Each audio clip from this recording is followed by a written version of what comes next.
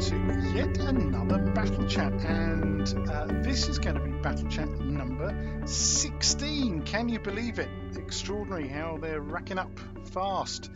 And this evening I am delighted to have managed to get onto the show someone whose name most of you will have probably have seen many times, because he's racked up quite a reputation as a contributor of well over 80 articles of one kind or another to Wargame Soldiers and Strategy magazine. He's quite visible online, particularly on Twitter, where he often joins in all sorts of conversations, ranging from the raffish to the informative. And he's also been involved in some podcasts on the WSS podcast and recently with the Veteran Wargamer as well. So, ladies and gentlemen, I present to you none other than Mr. Mark Backhouse. Good evening, Mark. Hello, Henry. How are you? I'm extremely well, thank you very much indeed. Busy day, as we were discussing just before we came on air, but I'm now in totally chilled out and relaxed mode. Anyway, so I'm really glad that you've come on the show, Mark, because you've been around for quite some time, and I think we actually first bumped into each other live, as it were, in person at the Other Partizan up at Newark last year. Indeed, when you staged that absolutely beautiful 2mm game of, was it Portsmouth or something like that? That's correct, yeah. The Siege of Portsmouth. And it was a fairly obscure battle right from the very start of the English Civil War. An obscure battle, and of course in a scale that not many people are familiar with, or certainly not used to seeing at wargame shows. I mean, one of the things that we'll probably talk about later on is how 28mm seems to steal most of the limelight and continues to do so, but how you've obviously shown that it's perfectly possible to put on stunning games in micro scales, and we'll come back to that later. But I think for those viewers who perhaps don't know much about you, Mark, could you tell the ladies and gentlemen a bit about yourself, and let's start with, how did you get into the hobby? Okay, well, I'm a 40-year-old now, and I'm a teacher as my full-time job, a history teacher. But I started the hobby way back, probably in the early 80s. It all started off with a big tub of Airfix figures that I got from a car boot sale.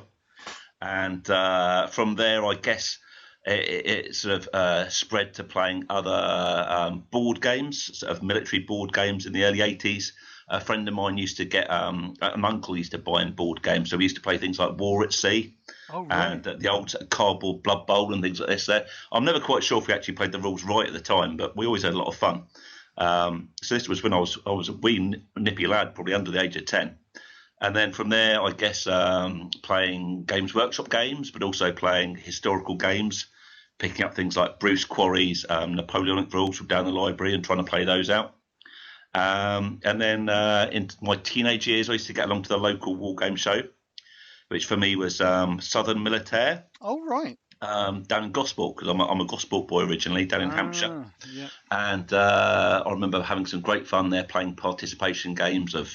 there was a great one that Tim Rose from the Bognor Regis War Games Club used to run, which was an Escape from His Aldewana game, which I remember being absolutely sort of fantastic age, about 12 or 13, playing that through and drowning in the Buffalo, or no, is it the Buffalo? Is Aldewana? Yeah. I think so. The Buffalo River at the end of it, surviving the entire battle and then drowning at the end, to great hilarity. So that was great fun, and that really got me into the sort of historical wargaming. Yeah, I've always had a passion for history. I've always dragged around castles as a kid and things like that there. Yeah.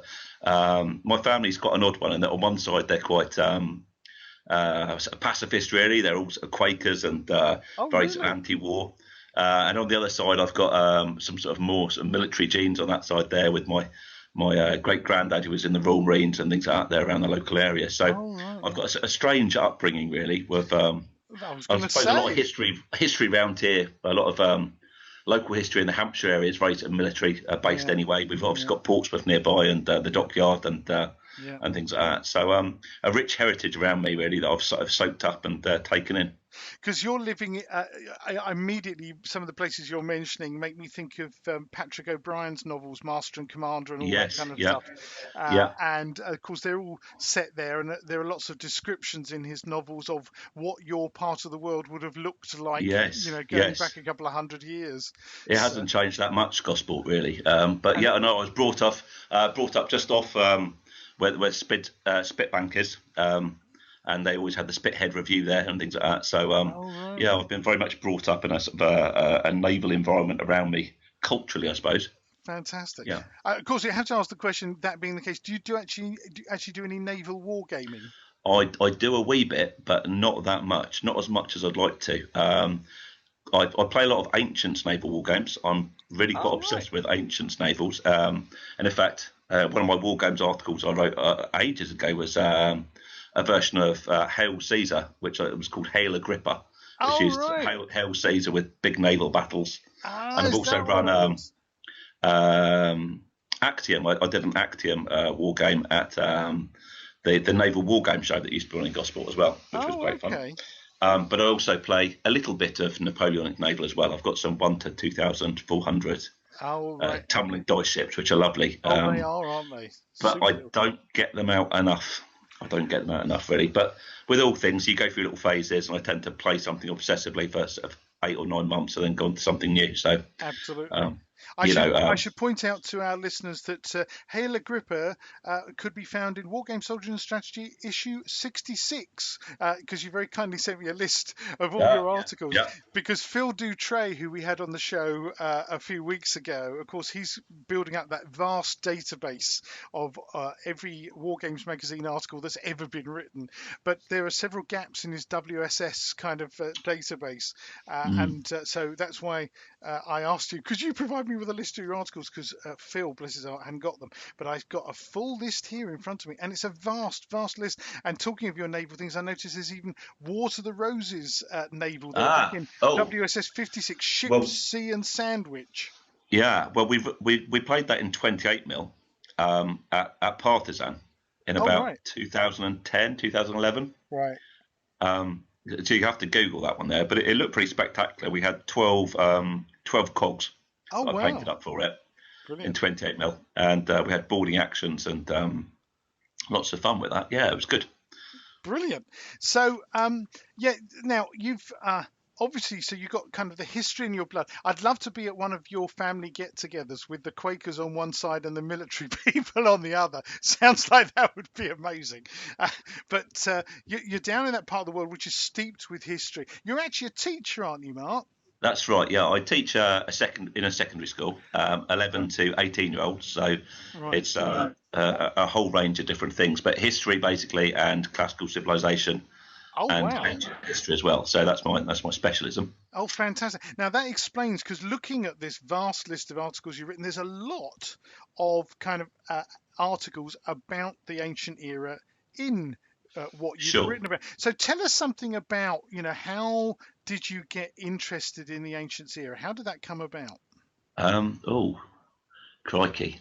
In terms of just the Roman world, I suppose. I suppose it would have been taken places with my grandparents, tours as a kid, and my summer holidays at Hadrian's Wall and things like that. Always sort of evoke lots of ideas and memories in my head, I think. In terms of actually gaming, probably I started gaming that when I was a student at university. Right. A friend of mine had inherited a great big vast collection from somebody who unfortunately had passed away, and he was just getting rid of stuff, and he gave me a big bag of sort of unwanted, I guess there would have been minifigs and things like that there. Oh, right. And as an impoverished student with absolutely no money whatsoever at the time, I happily took these 15mm minifigs and turned them into thousands of DBA armies. This would be about 1997, 1998 at the time. And I suppose I got gaming it from there. And then I got hooked on Warhammer Ancient Battles. Oh, right. Yeah. Which was sort of a nice gateway drug, really, into sort of researching and playing lots of different periods.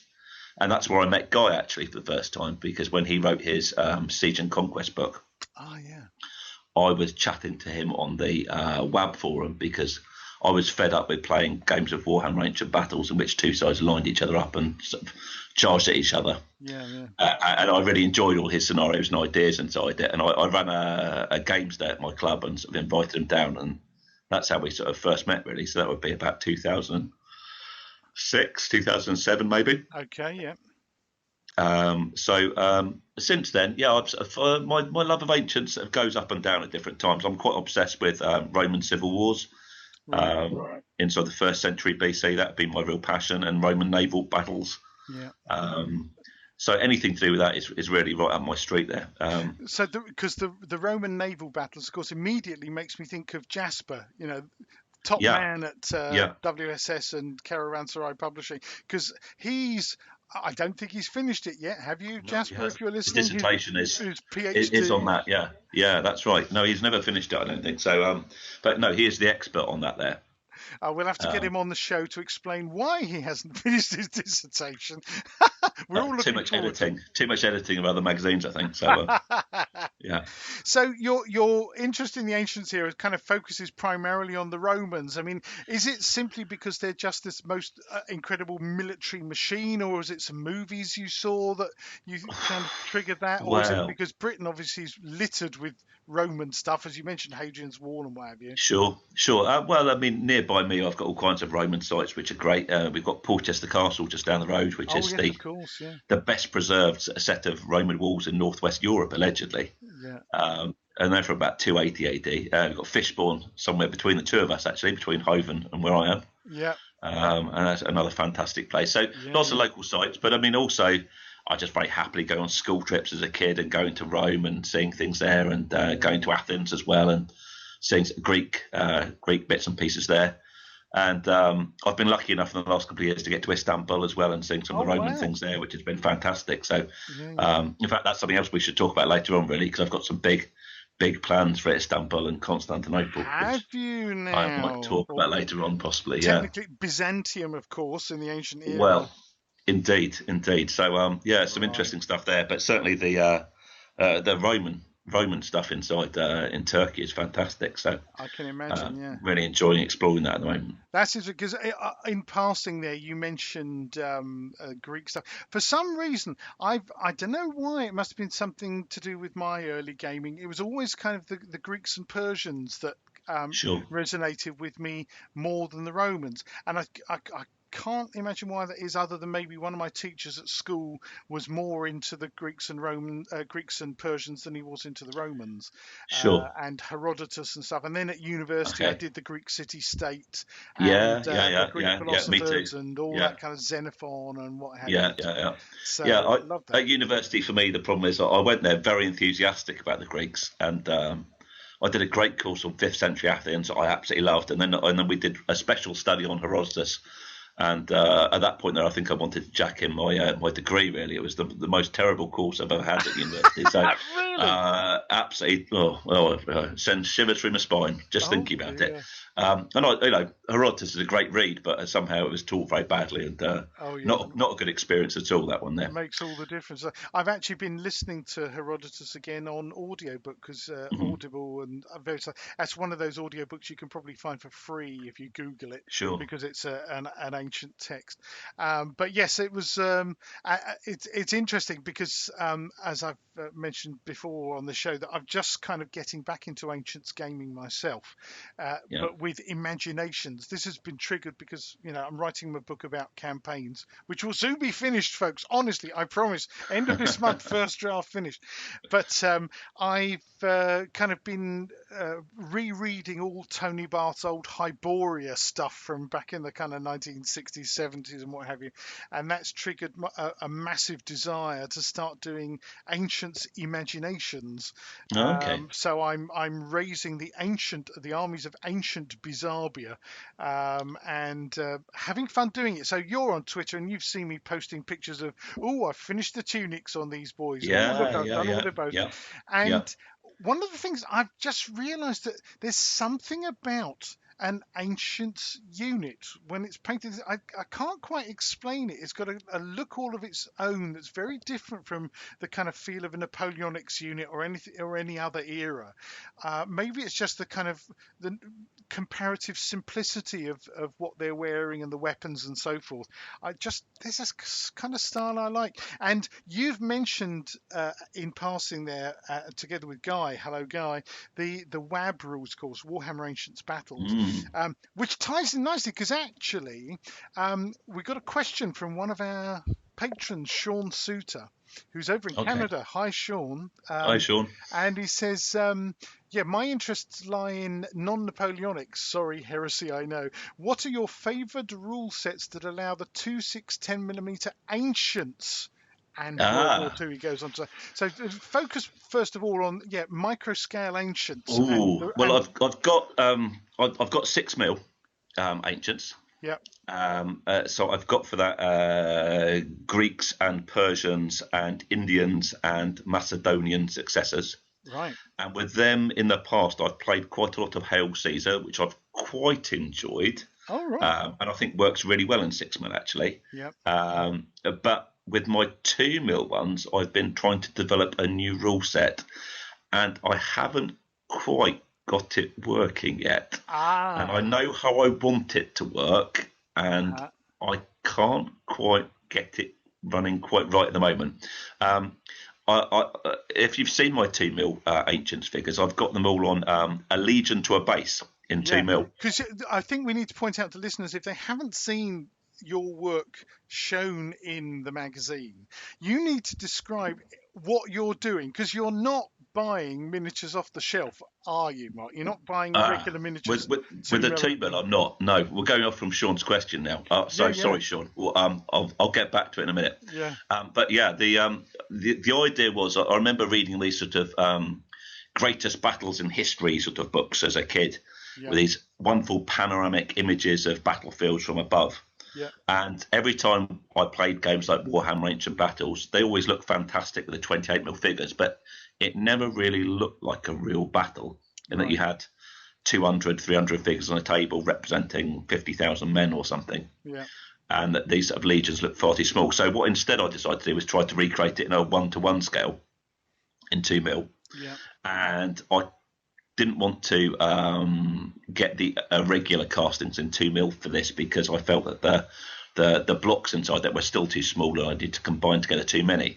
Right. So instead what I decided to do was, for the cohorts, was to use MDF basing, just in from war bases or whichever retailer you want to get them from. And then I sculpted them over the top of them with putty, green stuff or polyfiller to try and get a texture on top of them, and then painted them to make them look like soldiers. So that they're 2mm tall, and obviously you can cut them and shape them in whatever size formations you like. So I was using 20mm squares for a Roman cohort, and then the barbarian Celtic types we had in big blobs of green stuff, which you might look at and go, hold on, it's just a bunch of green stuff, which it is really, but it was painted with sort of dark shadows underneath it with a black undercoat and picking up the higher levels inside it. And from a distance, I think they look really effective, actually. You can really distinguish the formations and things. Yeah.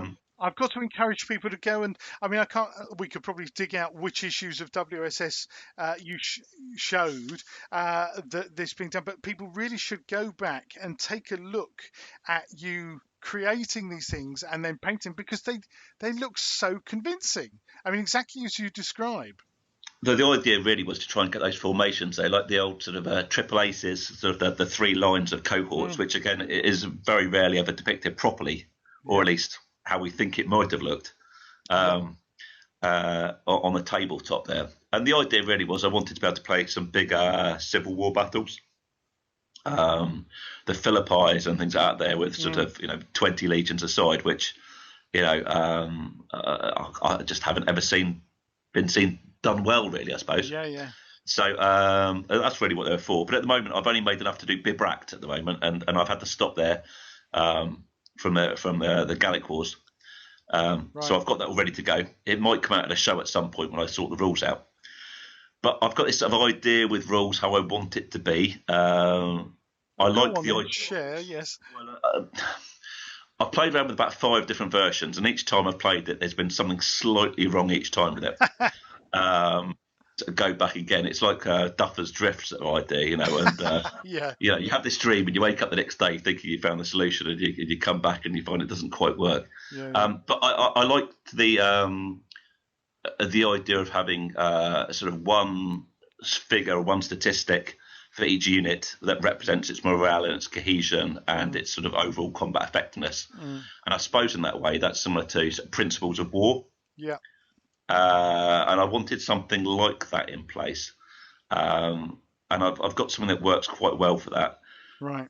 And then I've sort of also combined in a sort of command control set of rules, a bit like inside the newer versions of Blood Bowl, where you take risks, and then when something goes wrong, you switch initiative. So it's like in Crossfire and Blood Bowl, that sort of idea there. Right.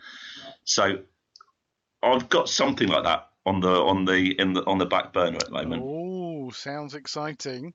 But it's not ready yet. Sorry, Sean.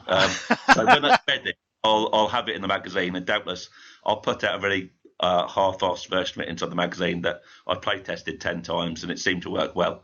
And then people will write back in and say, this has got problems, just won't work, and I'll smile and say it's just an ideas here. Oh, brilliant!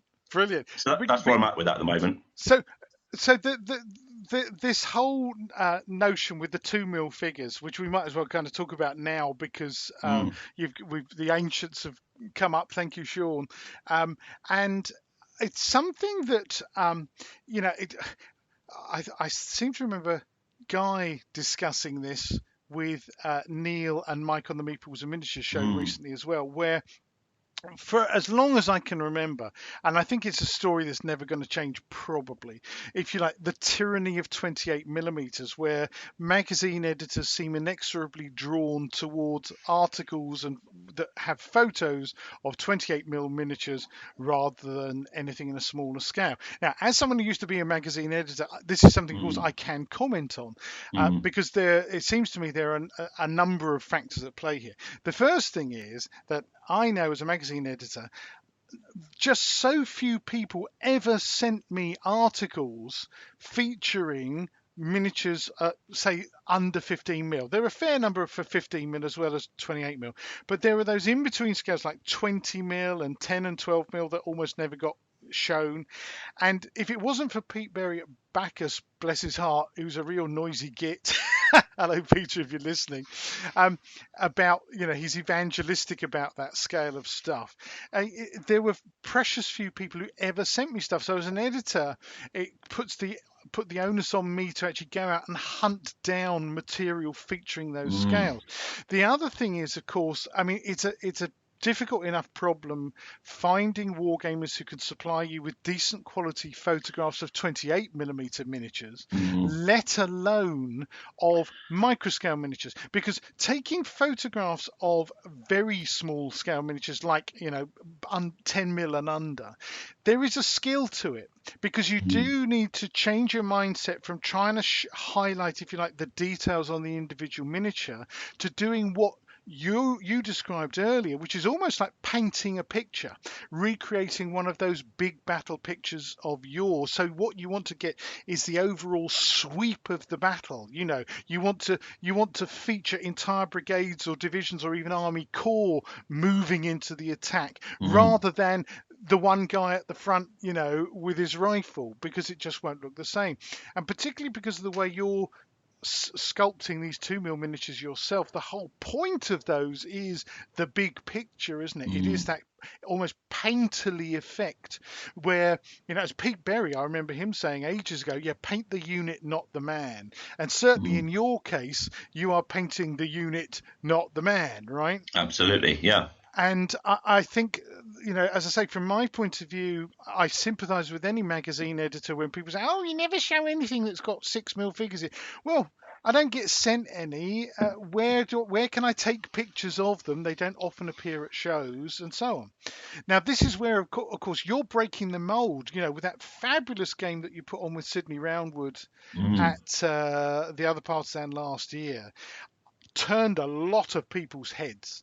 I think there are Mm. a lot of people who were probably fairly snobbish about microscales, and we saw them stopping at your table and kind of shuffling around and asking you questions, and were Mm. really quite taken aback at how effective it was. But of course, the other thing is that because you have to see the figures and the terrain as a whole, don't you? Mm. I Yeah. think that was one of the things I thought was really effective, was that, if you try and get in close and just focus on the miniatures, it doesn't work. You have to see the whole thing as an overall effect. So tell us, how did you come to those, if you like, visual conclusions that you've obviously come to about how you should present things at this kind of scale? Because it's clearly a skill that's very different from putting on a 28 mil game or even a 15 mil game. Oh, that's a really interesting question. I suppose both my parents were both geography teachers there, so maybe it was Ah, a sort of a love of maps beforehand and starting to see yeah, things from different angles. yeah, Um, and I suppose I'm trying to think of it. Yeah, like I say, that some of those sort of early books I must have picked up, probably seeing those big panoramic views of battles are really good for that.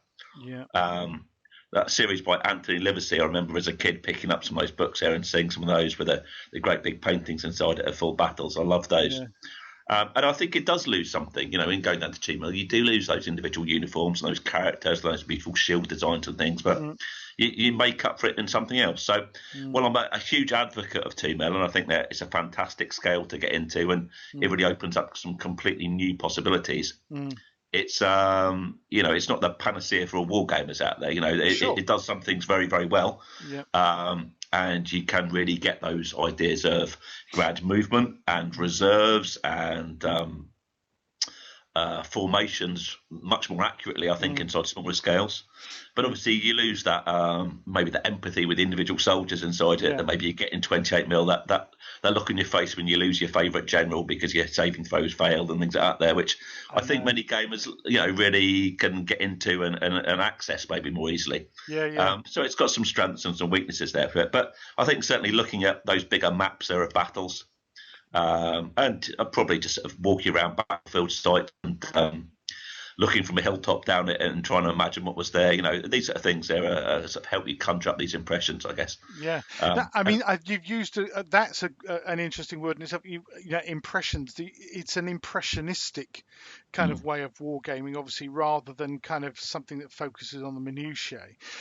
But one of the things you're talking about, the things that scale can do really well, which was mm. evident, with your Portsmouth game at that show, was, hey, there are flanks. And there are Oh, big, wide, absolutely. open Yeah. flanks. Oh, yes, very much so. I mean, it's funny actually that because a lot of people thought I was playing to exactly 2 mil ground scale the entire game. And I said, oh no, no. If you want to go to Portsmouth properly, that the game would be something like 24 foot long on the table. Yeah, yeah, But I still was able to hopefully produce a game with big wide areas, yeah, lots of areas which were completely unguarded there that they had to really think about. yeah. Ideas of supplies and supporting your troops was really critical inside it, which again is very rare inside most sort of conventional war games there. Mm. And also just it's beautiful inside 2 mil to be able to say, right, this afternoon I'm going to make a town. Yeah, And you make a town and you yeah, paint it and you put it on Twitter and people go, oh, that's fantastic, and you think, yeah. how long would that take me in 28 mil and how much would it cost? And how Absolutely. much space would it take to store it? Yeah, yeah, It's 5 or 6 really useful boxes of 28 mil buildings, 400-500 quid, and it's 3 months worth of work to paint up yeah, that much if I really went for it. yeah. And I can make it in 2 mil out of a few bits of foam in an hour, and That's I can paint amazing. it in an hour. And in a day, I could go, oh look, I've got 4 villages made out, which look really, really good. Yeah, And you get a sense that they're a proper town. So absolutely. I mean, it's a really nice that's a thing. really good example, Mark, because I'm thinking back to when was it?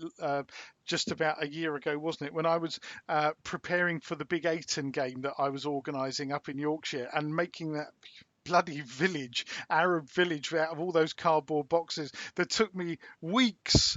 And even though I wasn't using expensive, bought kits and stuff, the effort of making what was it, a dozen or 15 buildings in preparation for that weekend was immense, and the room that it took up and the space it took up. Well, this is the problem. My roof is filled up with silly projects in 28mm that I've loved, and they were great fun at the time.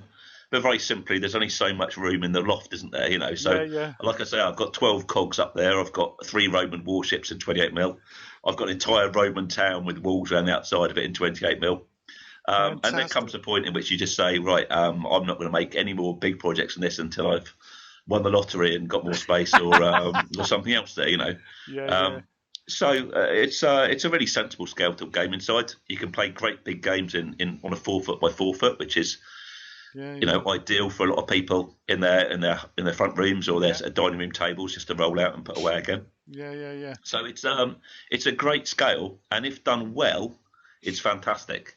But I think the problem is a lot of people see it as a scale for people who don't like painting. And they go, well, it doesn't really matter because you can't really see them anyway, type of attitude towards it. And actually, the problem is a lot of the good painters only paint 28mm, and I think if they applied some of their artistic skill to the smaller scales, you could actually get some absolutely breathtaking games. And while I'd say I'm a good painter, but I wouldn't say I was sort of professionally outstanding.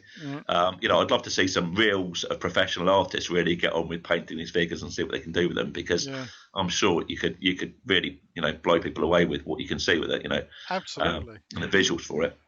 It'd be quite interesting because obviously at the Partizan shows, there's that chap, what's his name, Dr. Dave, isn't it, who paints the back of 6mm. Yeah. So it'd be really interesting to give him a bunch of your figures and see what he could do with them. Because what's interesting is watching him paint, he does use kind of blocking in methods though, doesn't it? He really does. He's not putting the eyelashes on stuff. I'm sure he's perfectly capable. And the thing is, in 2mm, you've got to think, what would I see from 1,000 yards away of a group of soldiers? Absolutely. And my sort of theory there is you'd see the rough shape they're in. You'd probably see their frontal shield. So for me, they get a stripe of colour along their front if they've got a sort of a scutum or something out in front of them. Yeah. They might have a little bit of flesh on show because that might be sort of the light thing that catches the light, and then maybe the helmet on top. Yeah. And that's pretty much it. And I do it with a black base underneath it. So therefore the colours are a bit brighter than usual, so they stand out a little bit more. And it's really all about technique, Henry. Yeah. So with all these things here, I just think a few more people just need to go and try it and have an experiment with it. I think they'd actually find it quite straightforward, actually, to paint. I find 2mm easier to paint and get good results than 28mm. Yeah. And it's definitely more technique-based rather than skill-based. Yeah. But not many people have taken that on, though, even since the Portsmouth game. There's been a handful more. I believe that as a regular probably owe me some royalties and sales probably at some point there. But you'll be a millionaire by this time next year. I doubt that very much. But I mean, it's funny really because I was painting the English of War stuff pretty much exactly the same time as Sidney was doing his amazing 30 Years War looks and stuff. Yes, that's gorgeous. Pretty stuff exactly the same week for mad projects we both had on our heads and started painting. And then we pretty much had also developed the same sort of painting technique as well, which was really reassuring. And then we sort of bounced ideas off each other really after that, which was really good. Yeah. So he's also been a great pioneer on that and really sort of developing the sort of renaissance of 2mm stuff and take as well. So it's been great to share that with him. Yeah, absolutely. I mean, and this is another reason, folks, because there, as I keep mentioning, there's still people I come across. I can't be bothered to go on Twitter. It's all people saying what they've had for breakfast. And actually, our little corner of Twitter, the wargaming fraternity, it's not really like that at all. And as I said to Rich Clark last time, if someone does put their breakfast on there, it's because they're being ironic, because of baconery or whatever it happens to be,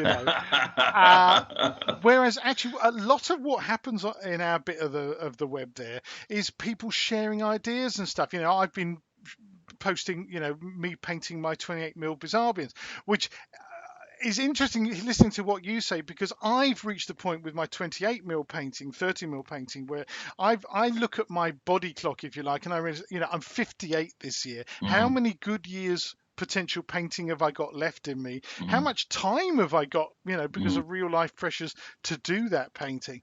And I'm now experimenting with techniques to make the whole thing faster. And frankly, if a base coat, a bit of a highlight and a dip does the job, do you know what, mate? That'll do me, because I realize now so much of what makes a figure look good is actually to do with the basing, as much as it is to do with the painting of the miniature itself. And I no longer paint eyes on miniatures.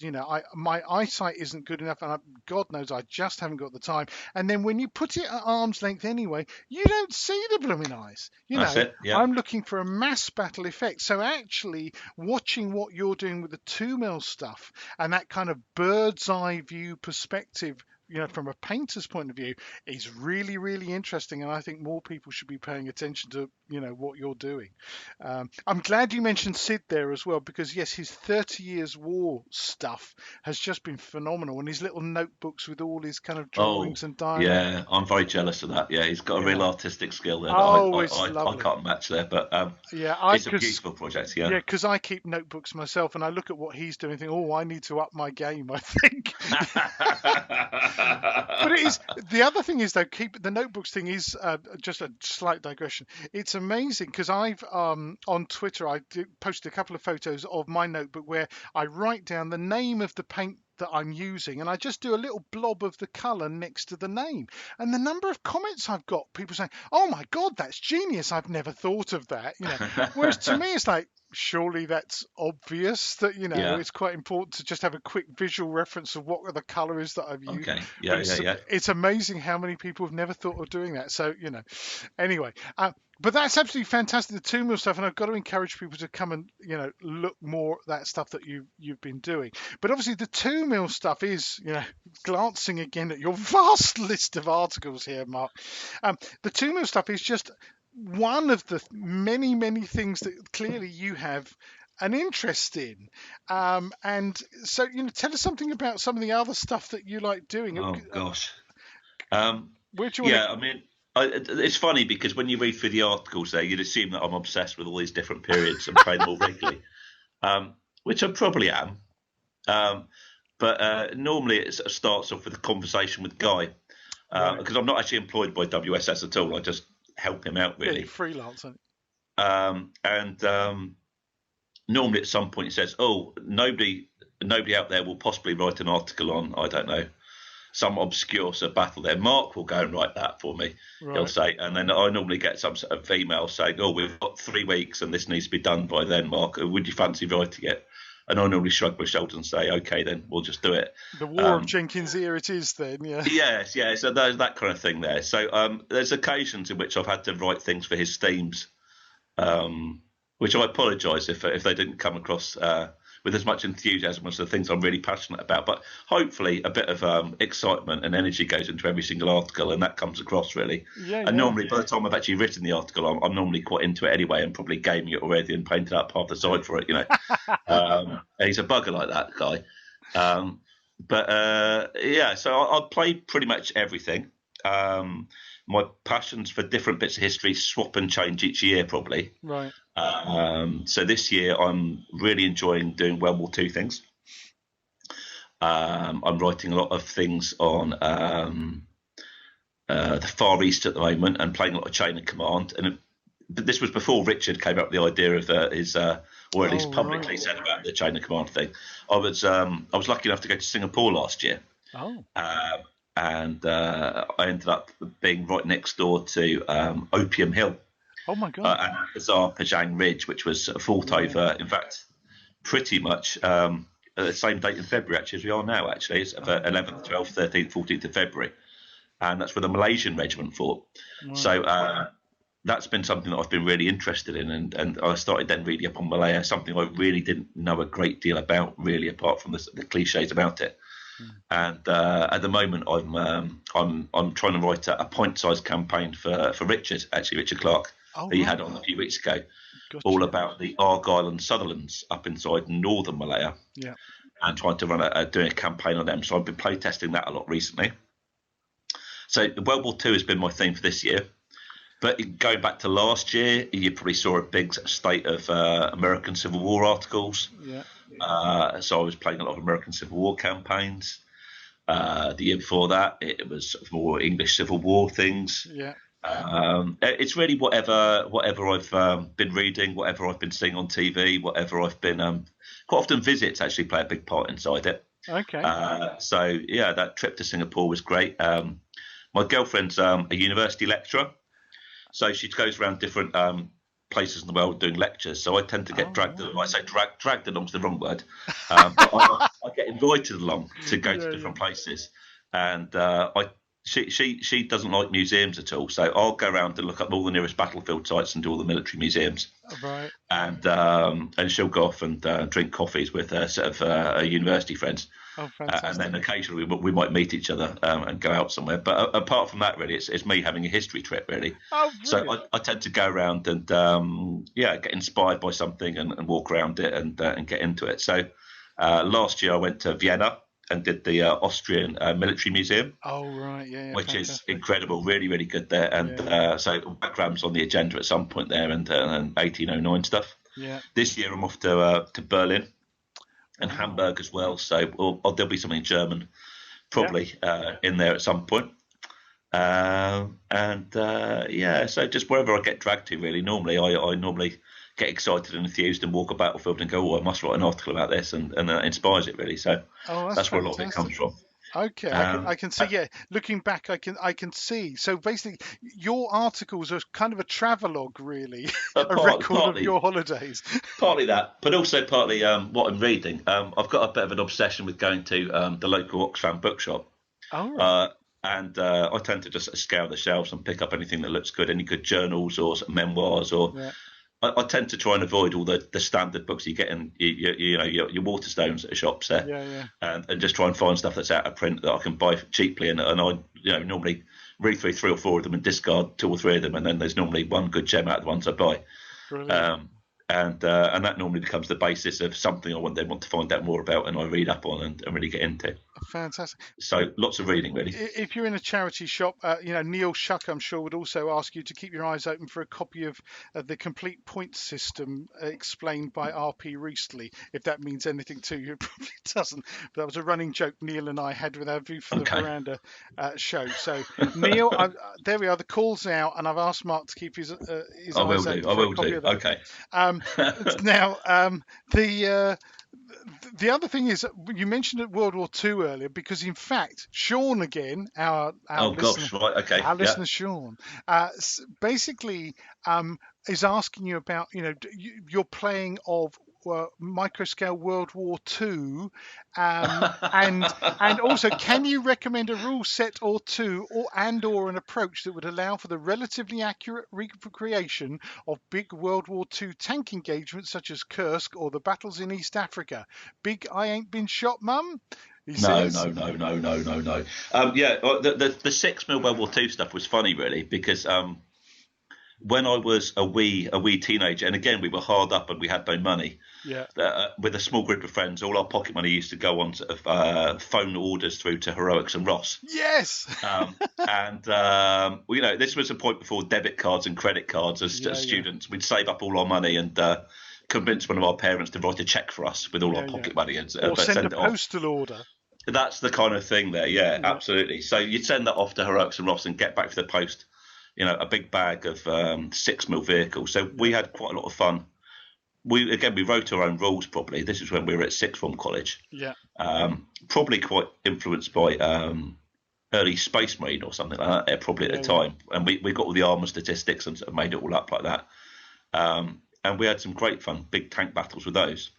But to help Sean out, if he's into 6mm gaming, there, Spearhead's not a bad set of rules if you want the big sort of divisional.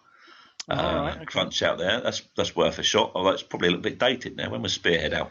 Late 90s? A few years ago, yeah.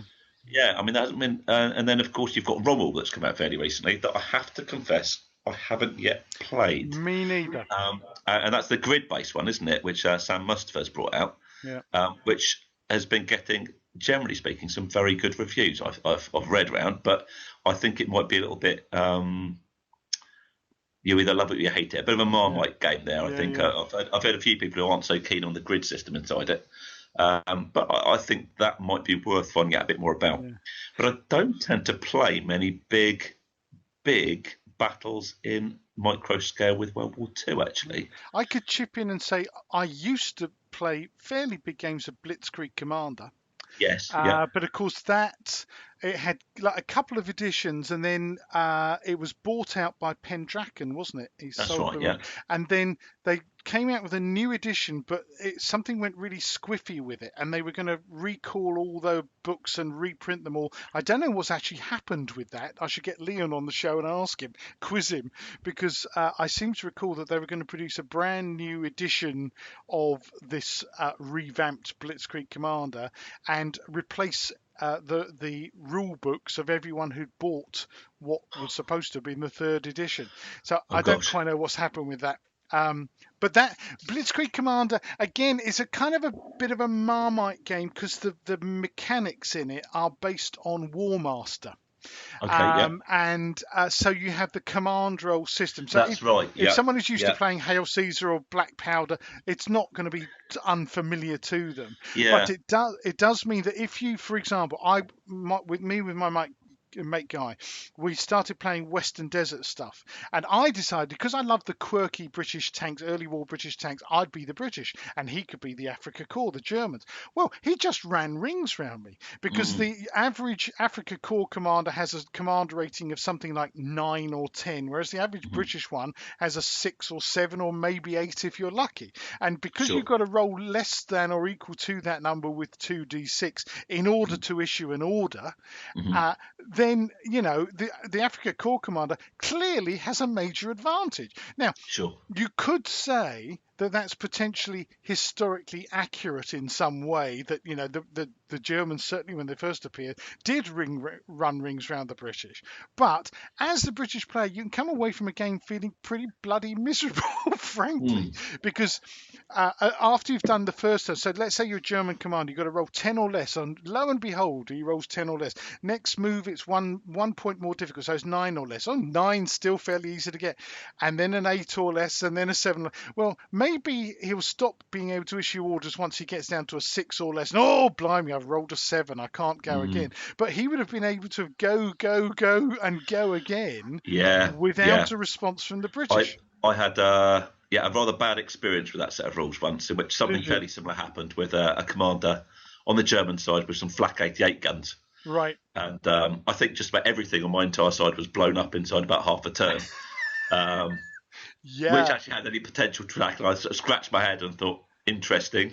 Yeah. An interesting system, but it obviously needs a bit of refinement of the scenario or something there to make that work a bit more there. Yeah. But I don't want to condemn the rules too much, having only played it as a one-off, because often I've played rules and hated them the first time, and then I play it for a second or third time, and you realise the balance of the game, and you can get it just right. So I don't want to write them off like that there. No, absolutely. And certainly work. We had a couple of games where the dice rolls were more kind of evenly spread, and it's a fast-moving rule set. I will say that, and you can get a game played relatively quickly with quite a lot of miniatures on the table. Sure. And it does have the right kind of look. The number of miniatures on the table compared to the distances involved, you get that sense of space on the battlefield, can look really good when you're playing it in one of the micro scales. But as I say, when the rule mechanics come out strictly mathematically and you're on the receiving end, it ceases to be that much fun, which is often the case when you're playing a game with the rule mechanics that relies on, if you like, national characteristics, where the one side's potential results are weighted to make it, supposedly, and I'm holding up my fingers in inverted commas signs here, to make it more realistic. But of course, we know that just players playing a game with their own abilities, you don't necessarily have to weight it that much, and it comes out perfectly realistic. Thank you very much indeed. Sure. So, but other rule sets that I was scratching my head about why we were talking there. That could be tried for reasonably large scale games.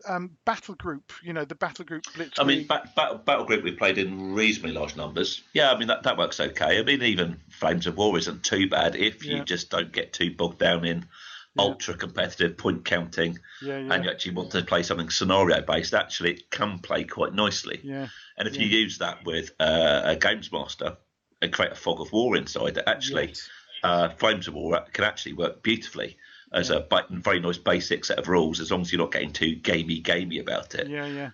Actually, if you want to go really old school, I'm thinking there was the WRG, 1925 to 1965 or whatever it was. Yeah, I mean, I've heard some.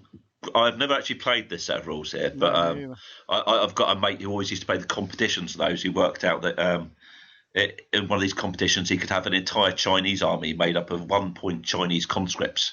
Oh my God! He covered the entire table in 6 mil. From end to end, an 8-foot table in a competition. And for each conscript base, you were allowed half a support point of mortars off table. Oh my God. And therefore, he'd worked out that by sort of munchkilling this force, he could have 600 points worth of off-table support. So until the very first turn, all these people turned up with their leopards and their elite sort of German troops or NATO troops, and he basically just annihilated them inside the entire first turn. And if they got to shoot first, they only got to destroy the first 50 or 30 bases or whatever of conscripts, and they just then swarmed them with mortar fire. I'm sure they work perfectly well, but I always laughed at that experience. He always tells me about it, and it always comes out every time the rules are mentioned, and I always think, I've got to try that at some point there. Now, but maybe not against somebody playing like that. I'm trying to remember now.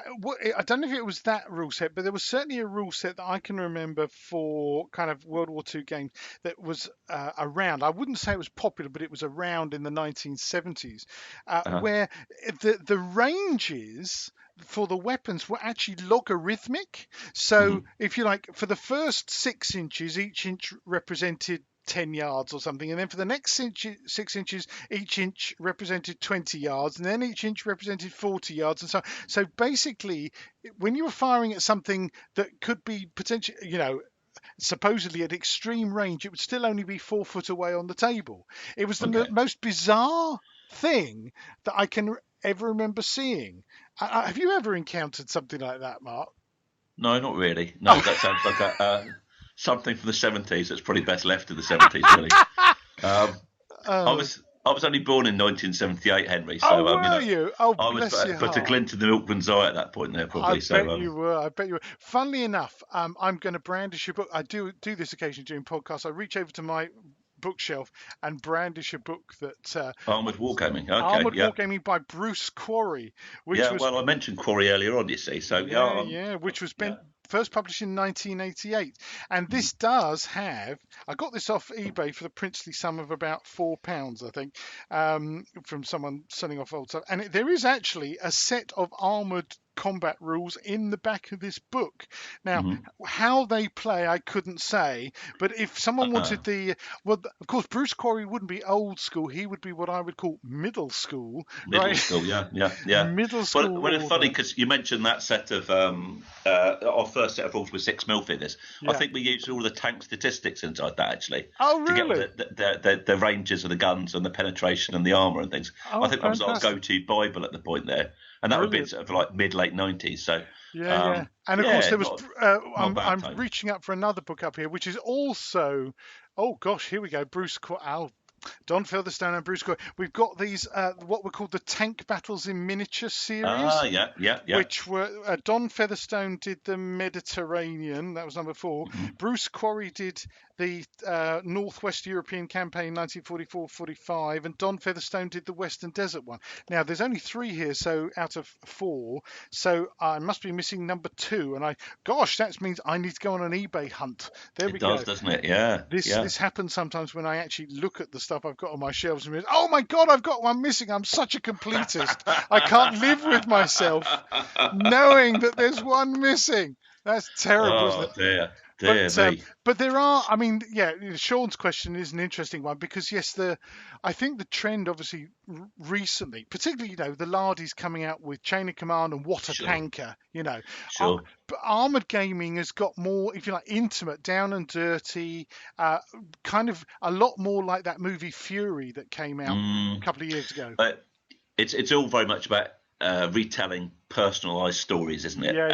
And being very sort of accessible, I think, for people who maybe don't want to read a lot of sort of big divisional reports of things. Yeah. They want to get they can in their heads they can really get into the empathy of what it might be like to be on board a tank and experience what one person or a handful of people might feel. Yeah, but I can understand. I can understand Sean's question because there are those epic battles, particularly on the Russian front, like Kursk, of course, the biggest of the lot, where it really is a question of for how do you play a game like that. Now, one of the things that's going back to 2 mil, funnily enough, that's interesting.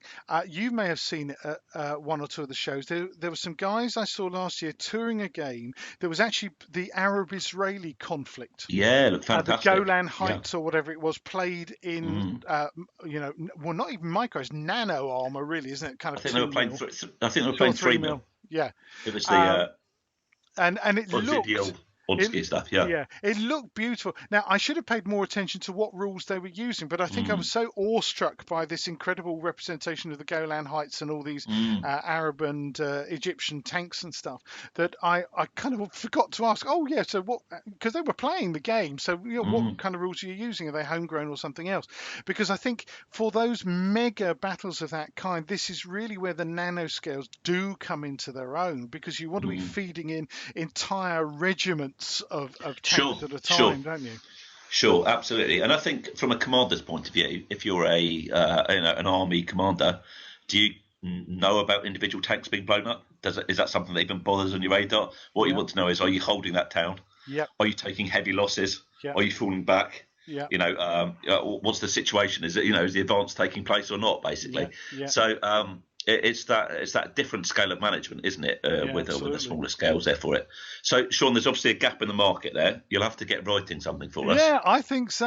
And I'm sure Guy would love to hear any articles that you've got for WSS anyway. So, it's great. I mean, like I say, the only problem really with writing articles is there's not enough time to write everything and develop everything that you want to play, really. But it's certainly something I love micro scale as much as I love bigger scales as well. So I'm sure at some stage in the next 20 years I'll get into it and play it obsessively for a year and then discard it and leave it in the loft for another decade or so and come back to it. But of course, that's the nature of it. This discussion of the kind of nano scale that we're moving towards then kind of, I think, inexorably leads to the discussion about, do you need miniatures at all to play a war game? Which segues beautifully. I can't believe how beautifully this segues with your experience just recently in the Discord Kriegspiel game that was hosted by Nick and Richard Two Fat Larders, and in which a number of our kind of wargaming pals were involved in, including yourself, because you were you commanding the Red Force? Yeah, I like the way you questioned that. Was I commanding the Red Force, Henry? Thank you. In theory, yes, I was. Although under the fog of war and everything else, I'm not sure quite how much control I actually exerted over our forces. But yes, I was in charge of the Red Forces, defending the beleaguered town of Larden. In fact, was it even called Larden? Or was that just Sydney? Yeah, something like that. Something like that. A large arse or something out there. I can't remember what it was called there. But something fruity. Something slightly fruity, yes, and innuendo based. So we had great fun with that. It was an online Kriegspiel. We used a program called Discord for that. Yep. What was wonderful about it is we were able to have lots of different discussion rooms and sort of levels in which you could have information coming through to you. Yeah. And we had great big huge maps of things, which I was trying to keep a track of. Yeah. And as the battle got going, it became very, very difficult to keep tracks on absolutely everything and what was going on. I know, because I was there as the observer, an impartial observer, and it was astonishing. I mean, how the hell Rich and Nick kept tabs on everything that was going on. I don't know. I mean, having interviewed them both now, before and since the game, it sounds like it could have been the most frantic 24 hours of their life, dealing with I that. think, in fairness, quite a bit of it had been already played out beforehand, before the game sure, actually the started. planning stages, yeah. So I think they had an idea what the first sort of 2/3 of the battle was going to be like, and then the last part was sort of based down more to decisions. Yeah. But yeah, it was a fantastic experience, just purely because the complete fog of war really did descend right from the first moment. And the reports I was getting through were rather brief at times, really, and I was having to make some quite critical decisions based on those, and also just the sheer desperation of trying to defend somewhere against vastly overwhelming numbers of airborne soldiers dropping absolutely everywhere. Yeah, and with parts of your own population bugging out and clogging up the roads. No, don't remind me again of that. No, it was fantastic. And you better explain the Peaches connection. Oh yes. Richard Clark decided that it'd be good fun to torment me in the week running up to the game with hordes of refugees turning up inside our town, which was fine. Until they went on a rampage and started looting everything there, and I'd rather foolishly encouraged handouts of food to the refugees to try and sort of keep them morale up, and then they ended up just pillaging my supplies of peaches from out of all the army supply base there, and therefore I've been nicknamed Peaches ever since there by Richard Clark, which is glorious. I'll have to go with it, really, because there's a lot worse things I could have been called from that game. So I'll go with Peaches. Peaches is fairly polite, really. It's fairly polite by Lardy standard. And there were incidents where you had some armoured reinforcements coming down from the north, didn't you? They got to the edge of town and they met a crowd and got pelted with tins of peaches and stuff, which was just fantastic. Yeah. The whole game was a really incredible. What was really funny was I didn't realise quite the scale of how badly we were losing until the last couple of minutes of it. We really thought we were winning at one point there, and I was trying to convince everybody they were winning, and the other side was just as confused as we were, which they probably were. In fairness. A lot of the time, trust me, yes, they were. But I think we did. I think we did very well inside it. We fought hard. I'm not sure really we're ever going to stand a chance of winning it, but it was just such an interesting experience and so different from your tabletop war game. Yeah, and it's certainly one of my top 2 or 3 wargaming experiences of the last decade. I think it really was an immersive experience. Just the whole way in which the chain of command worked, or at times didn't work. Absolutely, really gave you an insight into the pressures and demands of the commander. And what's funny is, while it lacked any form of figures, visually inside my head, I had a wonderful, almost a film-like imagination of what was going on everywhere. Picturing everything that was, even with very brief descriptions, sort of like a role-play game, really. And actually, I found that just as evocative as any miniature game, to be honest with you. What was also funny is I'd always assumed that we were defending as Russians against 1941 Germans. At the end, they suddenly produced all these photographs of British paratroopers, and it turns out we were the baddies after all, which I was really disappointed. I'd always sort of assumed we were, goodies, maybe the wrong word to describe Soviet Russians, but it was interesting to see sort of what they had in their heads as well, because it was sort of Reds v Blues. So I thought that was quite an interesting twist at the end to it. Yeah, there was a lot of really clever psychology involved in all of it. As you say, even though there were no figures on the table, the maps alone as a starting point, I thought were very evocative. Because they were very much military maps, of the river, with this river line and the bridges and the towns and stuff, and you could see just how kind of cluttered the terrain was. And, the thing as an observer that was interesting to begin with was trying to imagine where the hell any airborne troops, parachutists, let alone gliders, were going to land at all. We'd already done a survey of that because, funnily enough, in the week before it, I'd seen on some of the chat rooms, accidentally, they put up the names of the different commanders on the other side and what their position was. So we had this sort of bit of false information, or they assumed it was false information, the rest of my team. And I said, no, they're all calling themselves airborne brigade commanders and things. I was thinking, sugar, are we under a full airborne attack here? Yeah. At the end, we sort of assumed that it was too cluttered to attack with airborne stuff in a whole sort of divisional sense. We thought there might be an isolated landing on the airfield. and we were sort of proved wrong, really. But it's always because we sort of assumed at some point, when's the armour going to hit us? Right, we've got the first wave, and then when's the armour? When's the armour? And after about 50 minutes, we were thinking, is there any armour? Is there any troops following this up at all? Or is it just their airport troops? And then we only had 3 battalions to guard the entire area. And then what was shocking was that about 50 minutes in, we hear this sort of reports going, oh, there's just another battalion been dropped there, and just another battalion over there, and just another one over here. And suddenly, what we were sending in as our reserves to counter this really were sort of like throwing, eggs at a wall. Really, it just wasn't going to break its way through at all. So, it was really interesting because you had this kind of static defence line based on a number of strong points, didn't you? Bunkers and stuff. And I remember you put up kind of the steel asparagus on the airfield to try and stop glider landings there and that kind of stuff. But yes, it was because it wasn't clear to anyone, until the very end, quite how dispersed some of the airborne landings had been, and that some guys had ended up on your side of the river, because that armoured division that was coming in got pelted with peaches by civilians and then was set upon by these troops. And I can remember, who the hell are these people? What are these doing? Is this an internal rebellion? What's going on? No, it's the enemy. There are some enemy there. It's like, oh my God.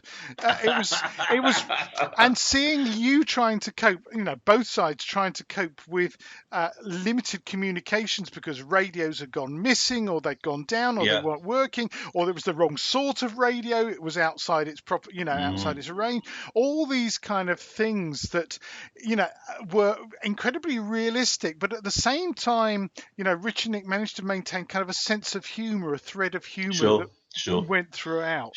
It was just very cleverly done and very entertaining to watch, and then really interesting seeing you guys afterwards in the debrief suddenly realizing what had actually been going on. It was really fascinating.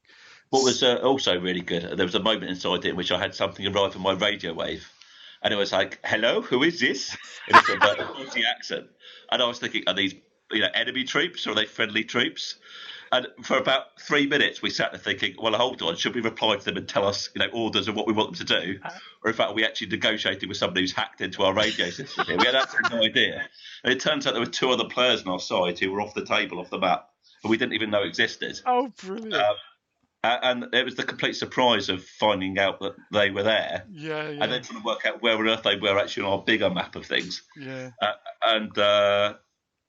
In the end, it was interesting because also I always assumed that they'd turn up in the nick of time, like some sort of John Ford Western movie with the cavalry, and win the day and push them back off the bridge, and sort of some heroic sort of moment there. And of course, they never bloody turned up the entire game, but we sat there sort of pinning our chances on the only reserve we possibly had because everything else was pinned and committed with about the first 5 minutes of the game, really. And of course, there wasn't anything even in the reserves either. I think there was 15 light tanks or something. Yes, absolutely. It was pathetic. It wasn't anywhere near enough to push them back at all. I know, some sort of training battalion or something. Out there, And it's funny though, because right from the third day one of the planning, we talked to the cadets earlier on and said, right, come on, we think there's going to be a landing in the airfield. The first thing we want you to do is you need to be ready to move. You need to have your plans ready to attack the airfield and counterattack and push them off, because that's where the attack's going to come from. We knew that. We were certain it was going to happen there. And sure enough, they didn't even bloody get out of bed, Fantastic. So, I mean, great fun. And of course, it's not a normal war game where you know the rules, you know exactly what's going to happen. You know the odds. You know that on a roll of, 7 or more, this is going to take place and it will take this many turns or whatever. And of course, in this battle, we had absolutely no idea whatsoever. And I think that just added to the chaos and added to the fun of it, really. Absolutely. I mean, certainly, having witnessed this, it's really got me thinking. I know it's got Jay thinking over in the States as well. He's really interested in the experience of that game, and I'm looking at it. And in fact, I'm just about to write about it in the book I'm writing, because I think it's got obvious applications for campaigns. Not necessarily all campaigns, but certainly. Because I think it's one of those things that opens your eyes and makes you kind of stretch the idea of what a campaign is or can be.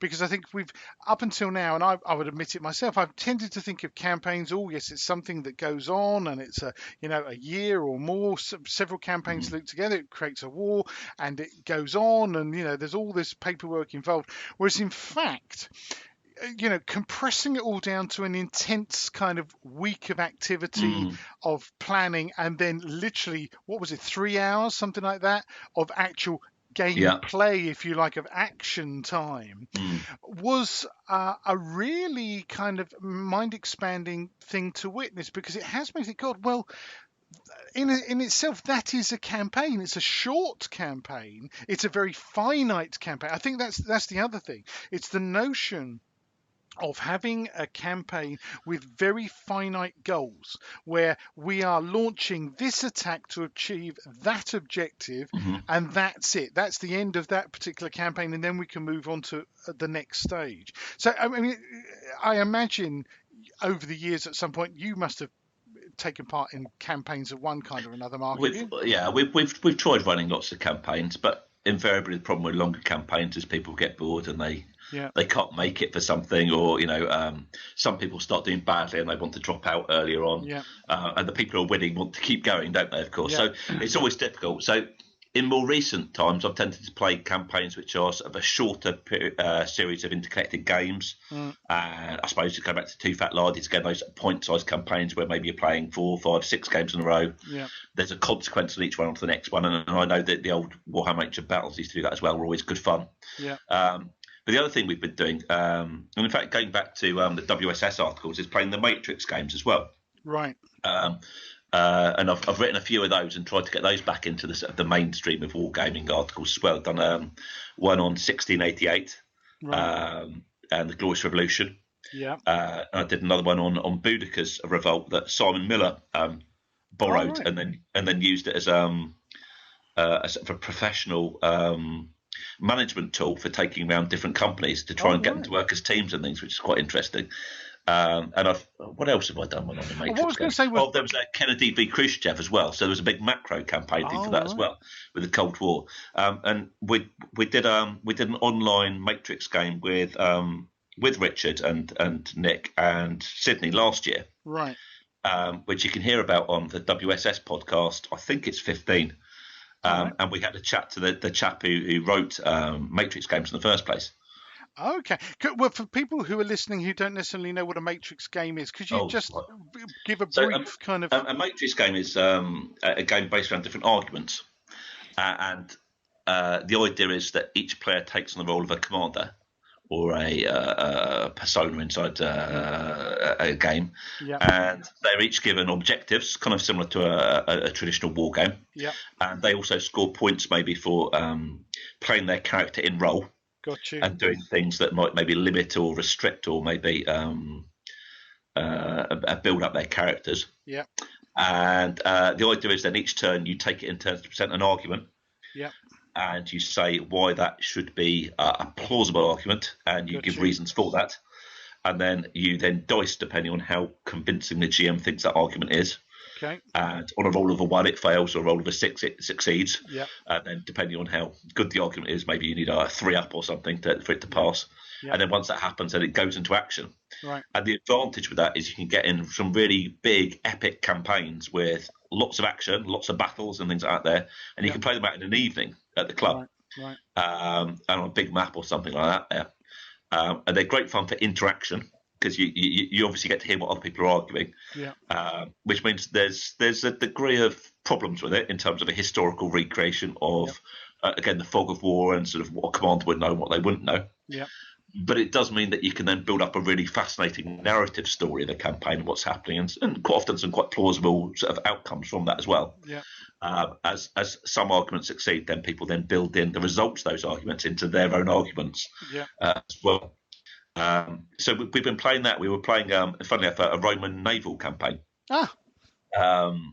based around 36 BC, and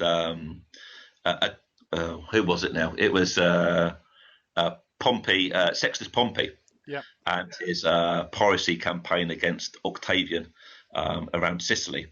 So we were playing a campaign that, and we had a few different people. Guy was playing inside it as well, and we roped in Simon Miller as well to play Agrippa. He turned up as Agrippa, which was nice.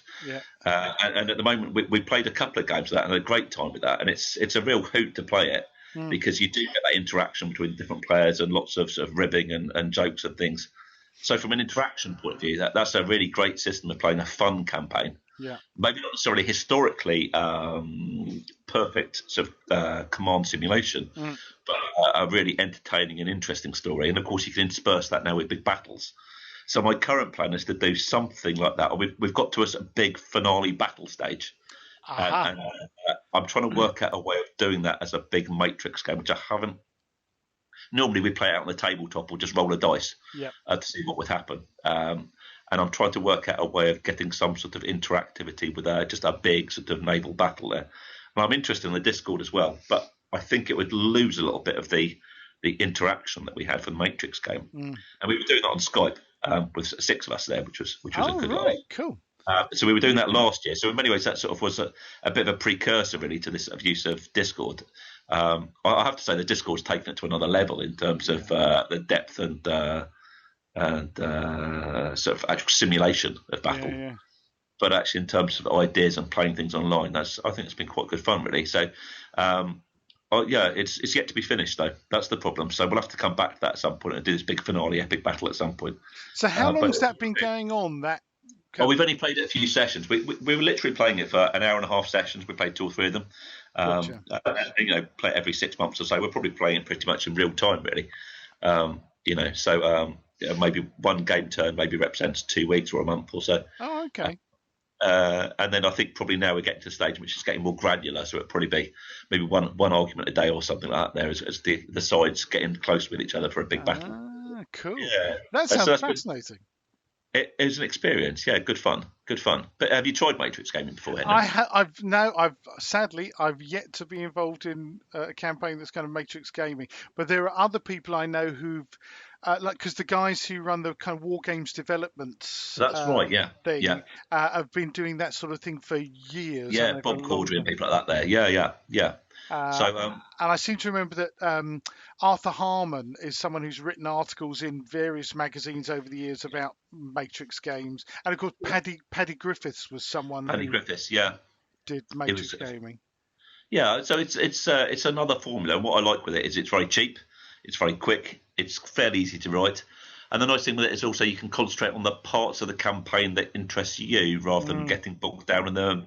The really grinding detail that can bore the life out of us in campaigns. If you want to worry about supplies, then you can make that an argument. If you want to worry about the weather, then you can make that an argument. If you're not interested in that and just want a jolly good battle, then you have a jolly good battle, really. So that's fine. That's kind of interesting because I'm one of those sad people who's really interested in the actual granularity of the weather. No, but that's fine. But that's fine because the beauty of the system is in your arguments you can concentrate that if you like that. Absolutely. But if you don't want to do that, then your arguments have got nothing to do with it, and you can just concentrate on what you enjoy. Yeah. So, and you're not sitting there with bookkeeping and saying, "Oh, I've got 162 supply points left, and I've got to recruit this much with this many thousand gold coins or something." You don't worry about that the slightest. You just say, "Well, I know at the moment that our forces are, low on funding. They're low on funding because, you've been doing this, and this, and you can make up some spurious rumours about the other side and how they've been splashing out their cash on, I don't know, horse groomers or something like that. There, which are costing far too much.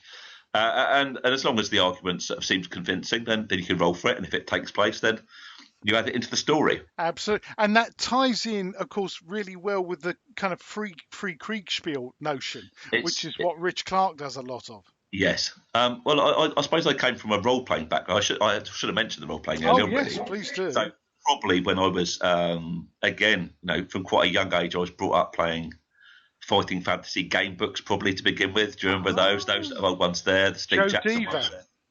Yeah, those kind of things. And then probably role-playing before I was 10, really, and playing quite regularly in my teens. And again, I didn't have a lot of money for war games figures and that kind of thing. So role-playing was quite a nice way of having some fun games and adventures. Absolutely. And I think probably quite a lot of my games, I like to involve a little bit of role-play, even if just to get the commanders thinking about some of the limitations on what they can do and how they can act.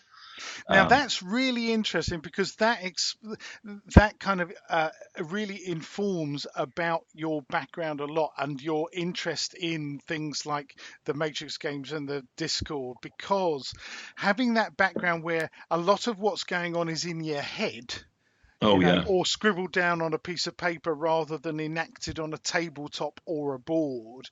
I think that's a really important piece of background because that gives you a particular slant on your enjoyment of the hobby, which is quite different from someone who just likes the toy soldiers, right? Well, I like the toy soldiers. I like the artistic element to it too.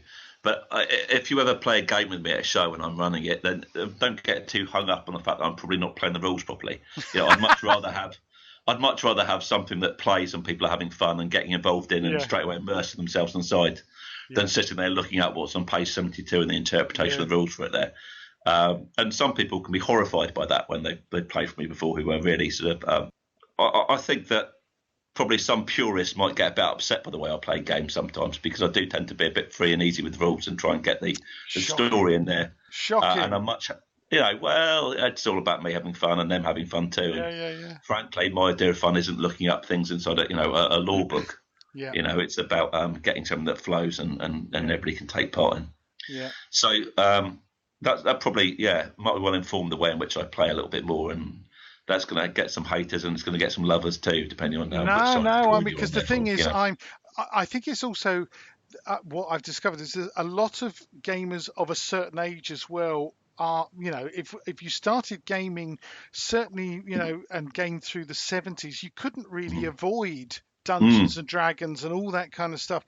And there's a surprising number of gamers that I encounter of, my kind of age who actually did quite a lot. They don't necessarily talk about it a great deal nowadays, but they've, you go and see their dice collection. There's quite a few D20s in there, Yeah. and that kind of stuff. So, and I really like that because, again, that informed my idea of campaigning as well, the idea of generating personalities and characters, so that actually every commander on your battlefield is an individual with strengths and weaknesses and the classic, strength, health, intelligence, initiative, courage, charisma kind of combination. It's absolutely brilliant. And it's especially strong, of course, if you are ever involved in solo gaming, because one of the big things about solo gaming is, how do you make it feel like actually the two sides are real and one side isn't just some kind of robotic AI that you've generated? Well, if all the commanders on both sides have their own distinct personalities, it means that they're going to react in a certain way to situations, to the orders they receive, and so on. And even if it just comes down to a D100 die roll, that gives you quite a lot of potential variation. I love that kind of thing, myself. Now that's really interesting. So, there's. I hope Sean's been listening to all this because I think we're probably covering quite a lot of the other stuff he was asking about as well in our meanderings here. I think we're doing fine. Sean will be happy. Something that I mustn't forget, and I made a note on one of my little bits of paper here, was we need to come back to, before I forget, you started talking about Constantinople and Byzantium. Oh, right, okay. Come on, reveal all. What's it all about? Well, like I said, I've been to Turkey a few times recently. I've been to Istanbul. So the plan now is to do a slightly larger siege game in 2 Wow. And the plan is to do 1453 at the moment. Wow. And I've recruited in Mr. Roundwood again. And I've got some big plans for that at the moment. So the idea is to do all the 3 lines of the walls around the outside of it. And I managed to pick up a rather nice Hagia Sophia model when I was in Istanbul last time, and I Christianised it by knocking away all the prayer towers and repainted it. I see that Brigade Models has done a rather nice hippodrome as well recently in 2 so that might have to get used and abused. But I'm slightly worried about the number of buildings I'm going to need inside it and how to fit the models actually within the buildings inside the city itself. So I'm still working on a few elements of it in my head.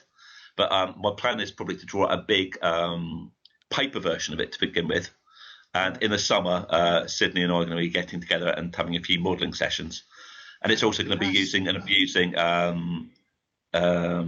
laser cutter as well to make the walls and to do the... I'm actually going to do all the troop formations with a laser cutter as the plan. Oh, my God. Seriously? So the idea is to cut them out in the shape they're going to be, but also then texture the top of them with a laser cutter so that they have the impression of lots of soldiers. Wow. So this is the sort of the plan in my head, and it's going to have ships and the Golden Horn and the chain across it, and the Galata Tower on the other side. So I'm hoping for something about 6 foot by 8 foot, so about double the size of the Portsmouth game. Right. Wow. But I said to Sidney we'd start it in September, and then I've been distracted by Malaya stuff. Yeah. And I've been painting that, and your interests are obviously wane, and there's only so much you can do with one thing before you need a little bit of a break for it. So I needed a little bit of a 2 mil break. So this is the plan, and I think realistically we might see it in 2020. Fantastic. So don't hold your breath. So laser cutter as opposed to 3D printing. Yes, although 3D printing would be great, I only have access to a laser cutter. So if there's a 3D printer out there who wants to get going for me and prints loads of stuff, then that's great. Well, let's put the call out, because you never know, because we know that there are people out there with them. So if there's anybody out there who's got a range of Byzantine models and 2 mil that they wish to promote, I'm very happy to use them. But I like the idea of a siege game again. I thought the siege game worked well for Portsmouth. Yeah. The visuals of having a very distinctive, iconic shape as well with the Golden Horn, it would be fantastic. Lots of water, the blue and the land will also be great. Lots of ships, the walls, colourful Turkish troops with lots of colourful flags. All those janissaries and things, isn't it? Yeah, janissaries and whatnot inside it there. So that's great. So my partner's family all live in Istanbul, so we go and visit fairly often. Wow! So it's quite nice just to sort of you go and visit a few more places, and they live a couple of miles away from an Ottoman castle there called the Throat Slitter. Oh my It's actually a fantastic piece of architecture built about the same time as the siege. They used to blockade in the city and stop all the Venetian ships and allied Christian ships coming in. They blew them out of the water basically, and then impaled people on spikes afterwards around the sides of it. It should be good. But I've got to try and work out how to play it. I've got a set of rules in my head that I'm sort of working on that will be a conversion of the Siege of Portsmouth, but on a bigger scale. More sort of a zonal based, more like a traditional board game, more than a normal regular. You move them this many inches, and roll this many dice type of thing. And I've got ideas for how to sort of remove bits of wall as they get blown up by cannons and that kind of thing, and replace them with damaged walls and that kind of thing. So there's a few things, that need a bit of sorting out there. But I'm hoping this will take Epic to the next scale, Oh, sounds sensational. Absolutely. I'm thinking things are popping into my head as you're describing. Of course, this is contemporary with the great naval battle of Lepanto, isn't it? Lepanto's about a century later, I think. Oh, was it? I thought Lepanto was 14 something. I might be wrong. Wrong. You're probably right, Mark. I thought it was the 1560s, but I could be well wrong on this. You're going to Google it now and laugh at me. Of course, I'm going to Google it because, of course, I may have misremembered, and that's going to annoy the hell out of me. I mean, effectively, it's the same as the end of the Hundred Years' War, really, isn't it? It's Castiglione, and it's sort of the start of the Wars of the Roses inside You're England. Right. It's 15. Lepanto was 1571. I'm talking complete crap, frankly. So ignore me. But but it's that part of the world. It's that part of the that part of the world. Yeah, but it's a part of the world people don't know very much about, really. But at the same time, it's, as I've just proved, it's an iconic battle there, really. And again, the Turkish military museum inside Istanbul is pretty fantastic as well. There, if you get a chance to go and do really? that. Well worth a visit there if you get a chance. Well, it sounds, absolutely amazing. I'm going to be Googling a lot after I finish speaking to you today, because it's got to be quite, sieges, anyway, you probably know, I love sieges anyway. I'm a bit of a siege nut. And, the Siege of Constantinople and all that kind of stuff. Well, the nice thing with it is the terrain can then be used again for about the other sieges. Of course. Without a great deal of change, really going from sort of the Goths through to right the way through to 1450. So I'm hoping it'll get a fair bit of use. We'll definitely do a 1204 Fourth Crusade version of it. Oh right. With and in 2 mil, let's be honest, the figures can probably be used as a few other things as well. With a few flag changes and things. I'm dying to see your 2 mil heraldry. That's for sure. Well, yes, okay. You'll get a sense of what they are. Okay, that's what I could say. A lot of crescent flags and things for the Ottomans, I think. So that's the plan. There were a few other ideas muted. We did Almanor about doing Alesia in 2 mil, or the Siege of Jerusalem again. Oh, right. Or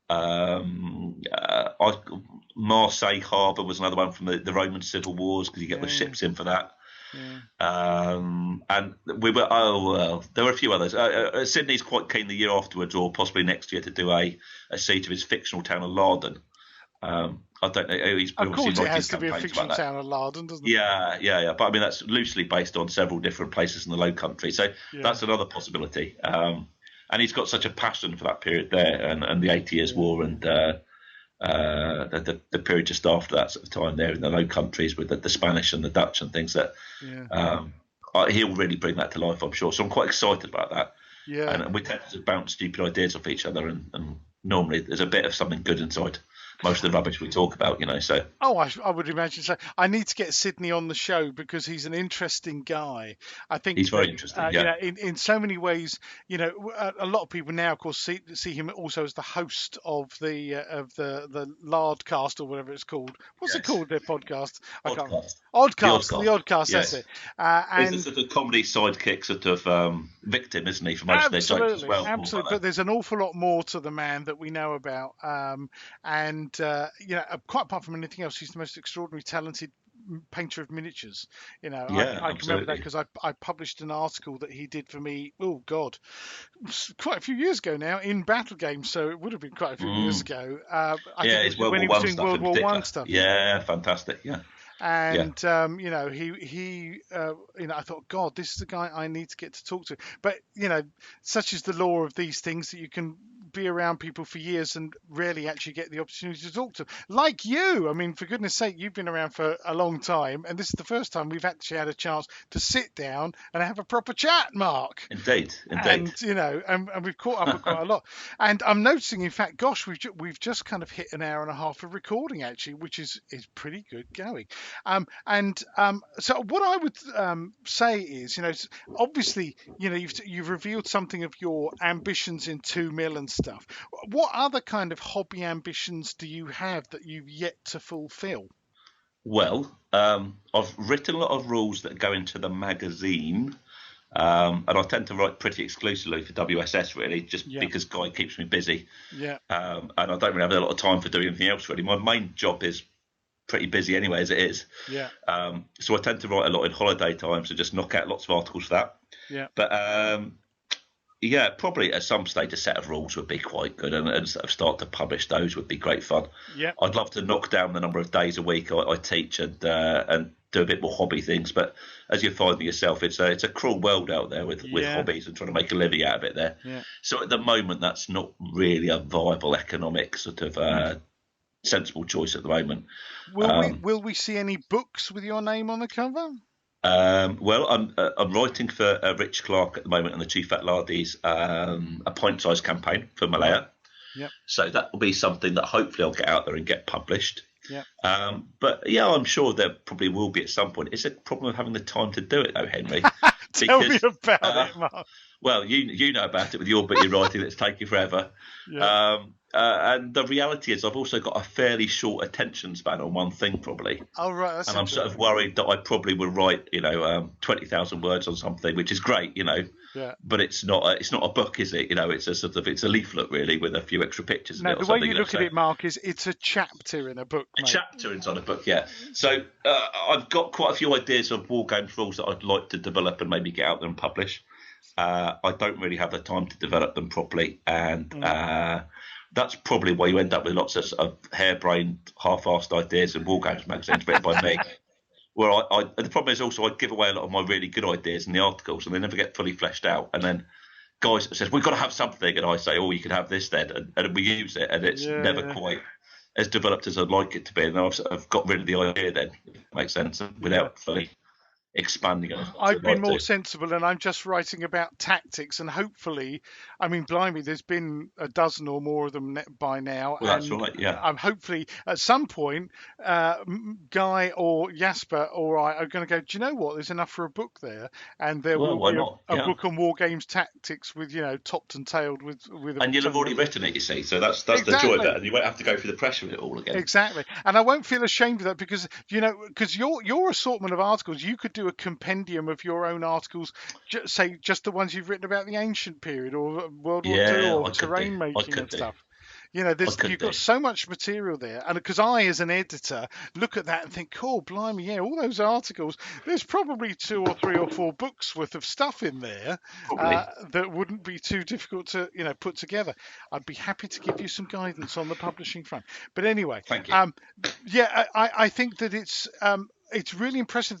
I'm coming back to this body of work that you've built up, and even if you just carried on writing articles that bring the folks like me pleasure every other month in Wargame Soldiers and Strategy, I think you should be really proud of what you've done, Mark. It's a remarkable achievement when you look back at the supposedly big names in the old school hobby, the Charles Grants and the Don Featherstones and stuff. This is how they built their reputation, just writing a shed load of articles. And funny enough, talking about, Charles Grant was a great one for taking all his articles he'd written about, say, Napoleonic warfare in the magazine, and going to a publisher and saying, "There you are, there's a book," and just sort of fleshing it out a bit. So, I think it sounds to me like there's more to come from you, Mark. I think so. I'm afraid so. Sorry about that, everyone. Yeah. But it's good, Well, if you're enjoying it, that's good. It's funny, really. I'm not really after fame and fortune or anything like that, and you're certainly not going to get fortune in wargaming. Let's face it. So, that's good. And I'm also quite amused with the idea that I've probably written loads and loads of articles, and most people will have read something by me. Yeah. But nobody actually knows who I am really, which is great. So I can walk around the wargame show with my kids, and about one person or 2 people will say hello to me who know who I am. Yeah. And everybody else just walks past me. I'm not as distinctive or as iconic as lots of other wargamers, and that's fine as well. I don't need people coming along and saying hello all the time and whatnot. But I know. Believe me, nice. The problems I have with paparazzi, Mark, it's terrible. Well, I can imagine they're outside your house every morning. You can't get up in your dressing gown without being snapped, can you? I know. Terrifying. Let's not go there. Let's not linger on that ghastly. No, let's not. Let's not at all. Oh, I need a cold shower. Dear. So, but that's fine. So I don't really need that at all. But it's nice to hear people enjoying the articles, and I always get a kick when people come back and say, "Oh, I played that game. I played that scenario." And it was rubbish and it didn't work, or sometimes they even come back and say, "Oh, that worked an absolute treat," So things like the Halo Gripper rules, for example, I said earlier on, there's some guy in America who's obsessively playing them at the moment. I think probably the only person obsessively playing them at the moment, but he's having a great time. And you get back bits and pieces from different places, and people in Australia or New Zealand and whatever playing games and saying, "Oh, that was great fun. I enjoyed that." Yeah. And that gives me quite a buzz, I suppose, to see other people enjoying the games. Absolutely. And it's nice to put back a bit of, I suppose, passion back into the hobby again, and something that I've really enjoyed and I've got a lot out of. Yeah. And hopefully as well, I've tried to challenge the idea that it's all about buying one particular set of rules and buying thousands of figures, and you can do it on the cheap. Yeah. And a lot of my best gaming experiences have been done with just a good bunch of people having a laugh, basically. And nothing more expensive than getting a few good library books out and reading around it and really immersing yourself inside a period, and you can have some great games there. And I admire your courage at the thought of, with your 2 mil stuff, for example, of your courage of, well, I'm actually going to approach this in a totally different way and make my own figures, my own regiments, which, how many people, a tiny percentile of people would dare to do that? And you've done it incredibly successfully.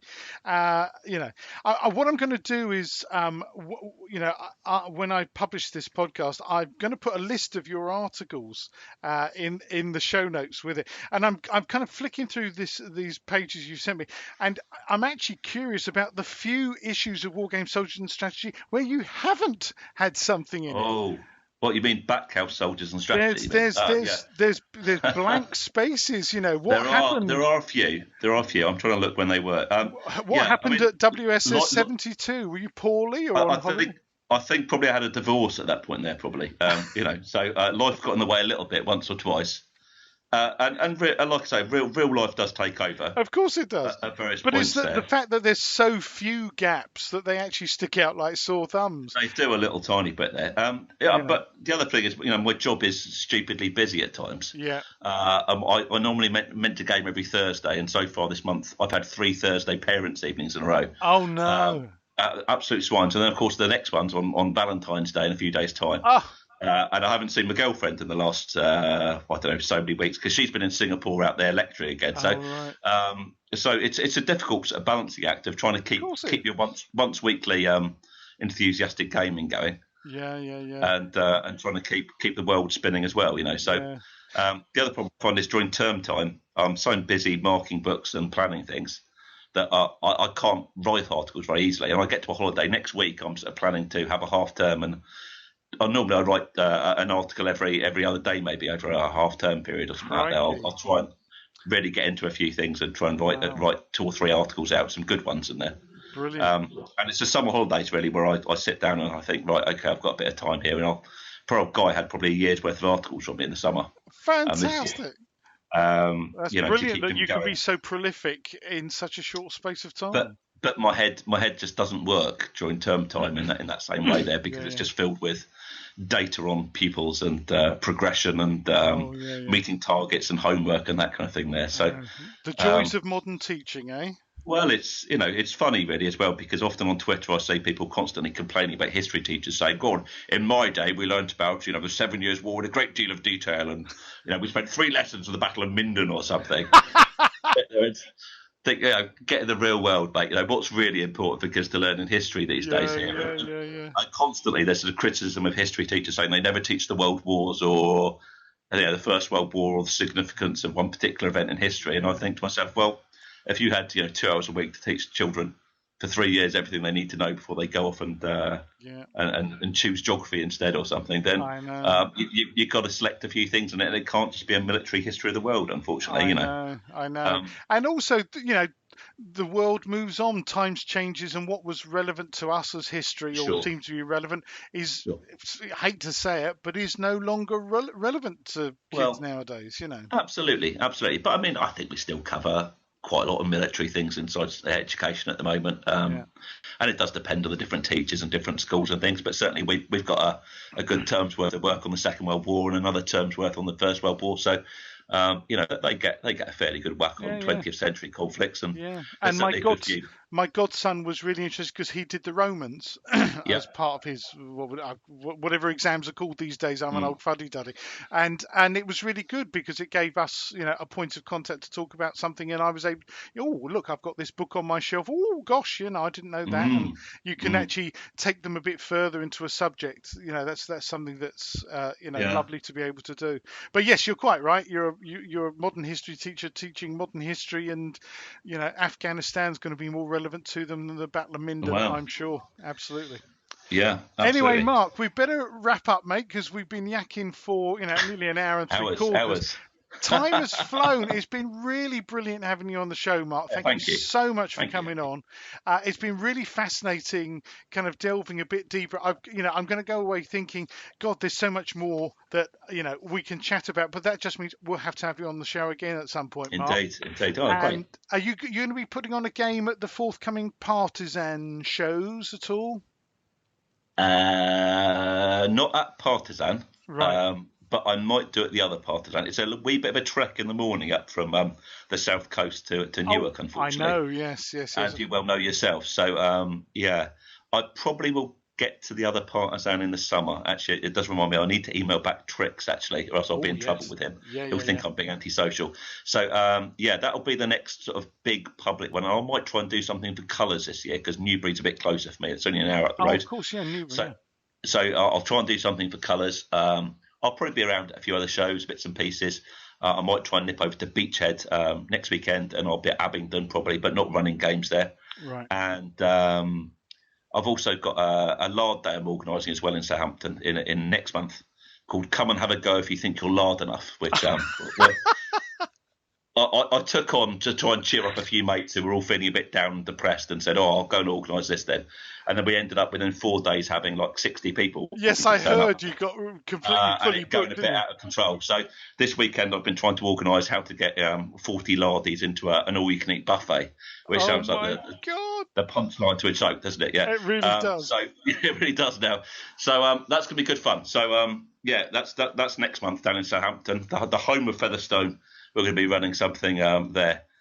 So that should be a hoot. Yeah. Fantastic. All right then, Mark. Well, that's brilliant. Well, I hope to bump into you at one or several shows at some point I'm this sure. year. That would be great. Colours is almost definitely I'll be there. That's kind of September, and the Other Partizan, which is August, late August this August. year, isn't it? Yeah, But because next year it's changing, so.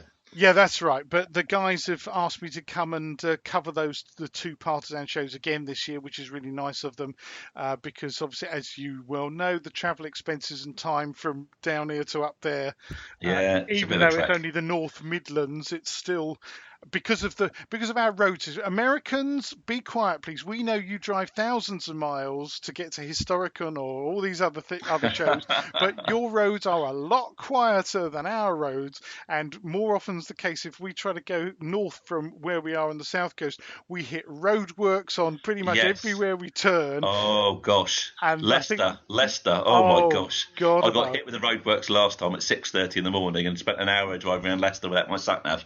Oh, I not think again, my not again. record to get to my record to get to Newark from here in Brighton was something like 13 hours. It was Oh my just gosh, absolutely appalling. I thought, holy, I yeah. thought we died basically. It was just ridiculous. But anyway, there we go. All for a blooming war game show. What's it Oh all dear. for? Anyway, Mark, thank you so much for coming on the show. It's been really great, and good luck with everything you do. And looking forward to reading your next article in the next issue of the magazine, of course. Yeah, Opium Hill's next one. So there's that Malaya Singapore game. So look forward to that. Enjoy it. Yeah. Fantastic. All right, Mark. Thank you very much, mate. Cheers. Cheers, Henry. Thanks ever so much.